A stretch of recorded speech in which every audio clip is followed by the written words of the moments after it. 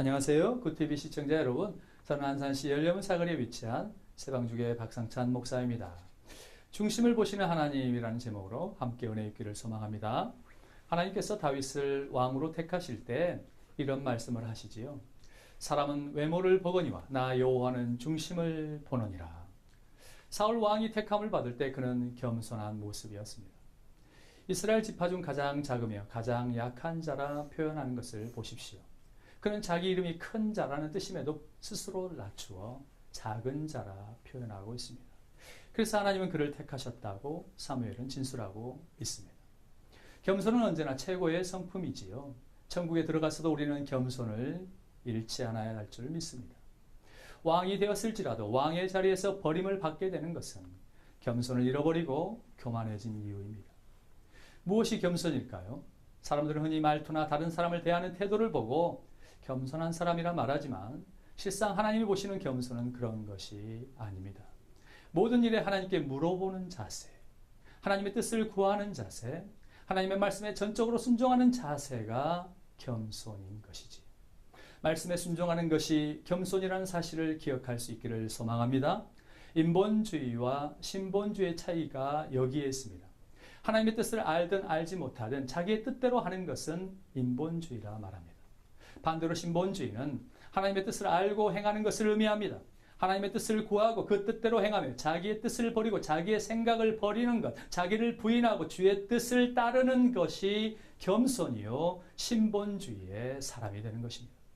사람들은 흔히 하나님의 말씀이 없을 때는 자신의 가치관을 따라 선한 것을 선택하여 행하면 될 거라 생각합니다. 하지만 이마저도 하나님께 물어보는 것이 신본주의입니다. 하나님의 허락을 따라 가고 서는 일, 하나님의 말씀을 따라 하고 마는 일이 결정될 때 신본주의가 되는 것이지요. 하나님 중심 사상이라고도 말합니다. 사울왕은 분명한 하나님의 명령, 말씀이 있었음에도 불구하고 자기의 생각을 따라 행함으로 인본주의의 끝을 보여주고 말았습니다. 아말렉을 진멸하라는 말씀에 자신의 생각에 옳은 대로 좋아 보이는 것들을 남겨두었습니다. 그는 실상 하나님의 말씀을 버렸다라고 말씀하고 있습니다. 그래서 하나님은 말씀을 버린 사울을 왕의 자리에서 영원히 버리셨다고 말씀하시고 있지요. 사람은 늘 인본주의와 신본주의 사이에서 선택해야 하는 갈등 구조를 가지고 있습니다. 그 차이가 분명하다면 확실한 선택을 할 수 있을 텐데 그 차이가 아주 작기 때문에 신본주의를 지향할지라도 인본주의에 빠져버리곤 하는 것입니다. 1%도 되지 않는 차이로 인해서 잘 믿는다고 하는 사람들도 순간에 잘못된 선택을 하곤 하지요. 사울왕은 성령을 받은 사람이었음에도 불구하고 그의 인본주의적 선택으로 말미암아 왕의 자리에서 폐위되고 말았습니다. 사랑하는 굿TV 시청자 여러분, 하나님은 신본주의의 사람을 찾고 계십니다. 우리의 마음에 늘 하나님 편을 택하고 하나님의 뜻을 구하려는 마음, 하나님께 물어보려는 자세를 갖고 있는지를 살펴보십니다. 전적으로 타락하고 부패한 결과로 늘 인본주의적 성향이 강하기 때문에 신본주의로의 선택이 쉽지 않습니다. 그럼에도 불구하고 여러분의 마음의 중심에 신본주의로 기울어지는 1%가 있기를 소망합니다. 그런 사람이 택함을 받고 끝까지 쓰임을 받게 될 것입니다.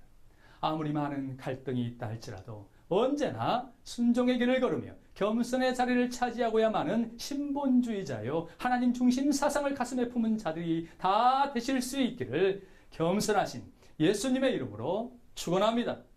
사람은 외모를 보거니와 나 여호와는 중심을 보느니라. 할렐루야. 감사합니다.